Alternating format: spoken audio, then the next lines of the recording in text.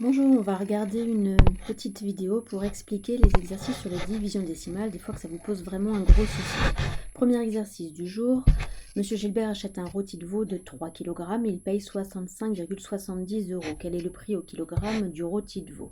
Donc dites-vous bien que nous, on a 3 kg qui coûtent donc 65,70 € et on cherche combien coûte un seul de ces kilogrammes.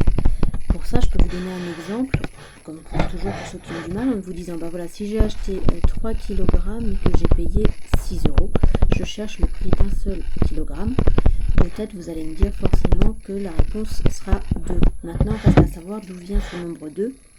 2 est bien sûr ici obtenu par division de le prix total, 6, par la masse que j'ai achetée. Donc dans notre exercice, il va falloir procéder de la même manière en posant donc 65,70 à partager en partie équitable en 3 parts, donc puisque j'ai 3 kg achetés.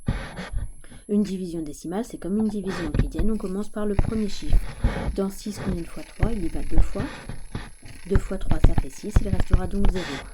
Je descends le chiffre suivant. Je descends donc le chiffre 5 et je recommence. Dans 5, combien de fois 3?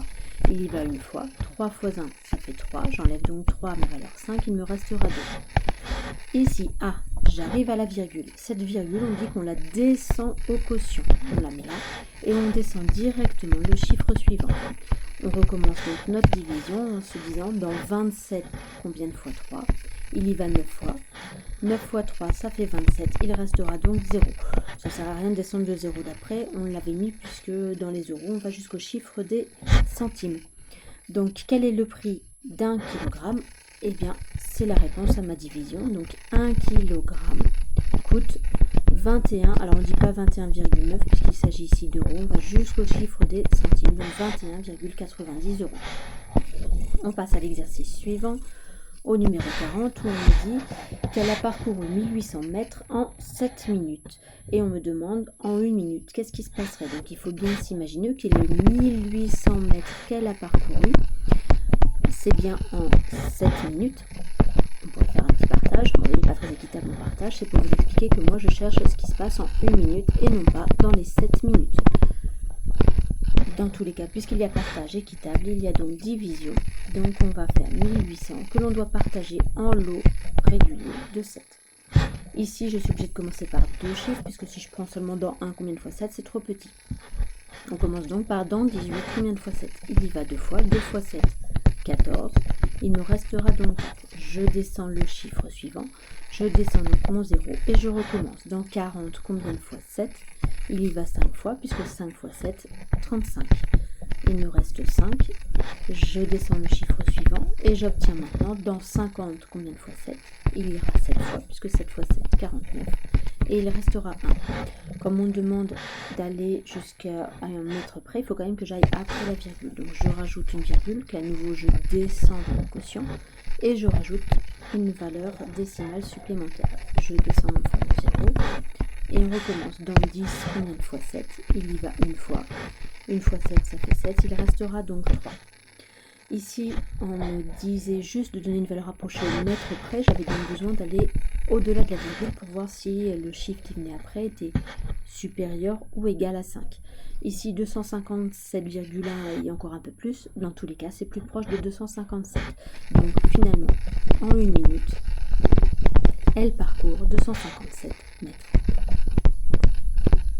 Pas la peine de augmenter, de passer à 258, puisqu'on en est juste à 257,1, donc un tout petit peu plus que 257. L'exercice suivant, si j'y arrive. Exercice suivant, on me dit la seconde planche est 5 fois plus courte. Donc il va falloir que je divise à nouveau par 5, puisque si elle est 5 fois plus courte, il faut donc diviser les 1,15 mètres en 5 parts. Pour diviser ça, on commence par dans 1, combien de fois 5? Malheureusement, ça n'est pas possible. Il y va donc 0 fois. 5 fois 0, ça fait 0. Il me reste donc 1. J'arrive à la fameuse virgule de mon dividende que je descends au quotient. Et on descend le chiffre suivant. On descend donc le chiffre 1. Maintenant, on se retrouve à dans 11, combien de fois 5? Il ira donc 2 fois. 2 fois 5, 10. Il reste 20. je descends le dernier chiffre et je recommence. Dans 15, combien de fois 5? Il y va 3 fois. 3 fois 5, ça fait bien 15. Il reste 0. Ma division est donc exacte. Et une planche, ou cette planche plutôt, si je reprends les termes de la question. Donc cette planche mesure 0,23. Pour retrouver l'unité, je regarde moins 0,15 mètres, c'est-à-dire mon fameux dividende, est exprimé en mètres. Ce qui signifie qu'ici, ma planche est elle aussi exprimée en mètres. Vous allez me dire 0,23 mètres, c'est peut-être pas la meilleure des unités. Vous êtes tous normalement capables de me dire que ça fait donc 23 cm, ce qui est un peu plus logique comme unité. Inventer un problème. Alors là, à vous de voir, évidemment 23,7, ça peut pas être un nombre de bonbons parce que ça va être un peu compliqué à partager. On peut dire par exemple que pour Pâques, votre grand-mère vous a généreusement offert 23,7 €. Et ces 23,7 €, il va falloir que je les partage en 3 parts égales. On va quand même faire la division, même si c'était marqué juste inventé. J'aimerais bien qu'on me pose quand même le résultat. Donc on commence dans 23, combien fois 3? Il y va 7 fois, puisque 7 fois 3, 21. Il reste 2. J'arrive au niveau de la barrière de la virgule, que je descends au quotient, et je descends le chiffre d'ensuite. Donc on se retrouve dans 27, combien de fois 3? Il y va 9 fois. C'est magnifique, ça tombe juste, donc ma division s'arrête là. À vous de faire la conclusion en fonction de votre problème. Au numéro 44, on vous dit qu'il partage équitablement, ça veut dire la division, forcément. Donc au petit a, quand on me dit trouver la part de chacun, ça veut dire que ces 110,50 €, il va falloir qu'il les partage en 6 parts égales. On commence forcément en prenant 2 chiffres dans mon dividende, parce que si j'en prends qu'un seul, ça fera toujours trop petit. Il faut quand même prendre plus grand que mon quotient. Dans 11, combien de fois 6? Il y va une fois. Il restera donc 5. Je descends le 0 supplémentaire. Dans 50, combien de fois 6? Il y va 8 fois, puisque 6 fois 8, 48. Il nous reste donc 2.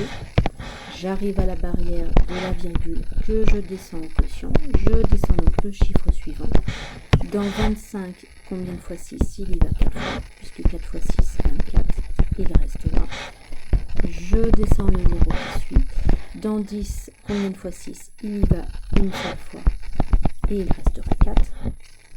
Par contre, comme on me demande d'accrocher évidemment au centième, c'est-à-dire au centime, je suis obligée d'aller encore un chiffre plus loin pour savoir si ce chiffre suivant sera égal à 5 ou supérieur à 5 ou pas. Donc ici, vous me dire, je n'ai plus de chiffre à descendre. Et bien si on peut toujours rajouter des zéros supplémentaires dans mon dividende, on descend au quotient et on recommence. Dans 40, combien de fois 6?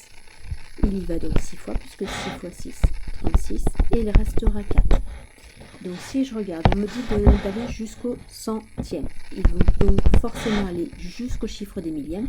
Ce chiffre des millièmes, il est plus grand que 5. Voilà pourquoi la part de chacun, il va falloir que je l'augmente un petit peu. Parce que si je prends seulement 18,41, ils n'auront pas payé les 110,50 € qui étaient demandés. Donc la part de chacun est augmentée d'1 centime. Et la part de chacun est donc de 18,42 €. Vous pouvez prendre votre calculatrice. Si vous m'avez dit 18,41, ils sont 6 à faire ce calcul, ce paiement-là. Donc si j'essaie de calculer, si chacun donne 18,41 € et non pas 42, ils sont 6. Ça reviendrait à dire que le total de ce qu'ils ont payé, c'est 18,46 €. Il manque donc 4 centimes. Voilà pourquoi ils vont faire un joli don supplémentaire de 2 centimes, ce qui n'est pas bien élevé quand même. Mais s'ils ne payent que 18,41 €, méfiez-vous, vous n'avez pas payé la totalité de l'addition. Finalement, ils sont généreux et ils payent chacun 18,50 €. Combien auront-ils donné en plus? Alors, il y a deux possibilités. Dans ces cas-là, on a dit, soit vous reprenez le 18,42 € qu'ils devaient donner, soit le plus simple, c'est de dire, voilà, ils donnent chacun 18,50 €. On multiplie par 6, puisqu'ils sont 6 à avoir payé cela. On y va, 6 fois 0, 0. Nul besoin de la poser quand on multiplie que par un chiffre. 6 fois 5, 30. J'écris donc le 0. Et dans ma tête, je l'écris à côté, je retiens 3.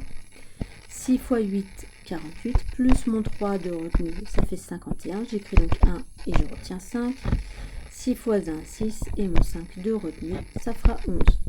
Donc finalement, je remets bien ma virgule. 2 chiffres après la virgule, 2 chiffres après la virgule. Ils ont donné 111 €. Qu'est-ce qu'ils auront donné en plus? Bon, ça fait un petit pourboire quand même. Ils auront donc donné en plus 50 centimes. Je vous l'écris en abrégé, donc ils ont mis 50 centimes en plus. Voilà, donc j'espère que ces explications vous serviront pour la correction de vos exercices. À bientôt, au revoir.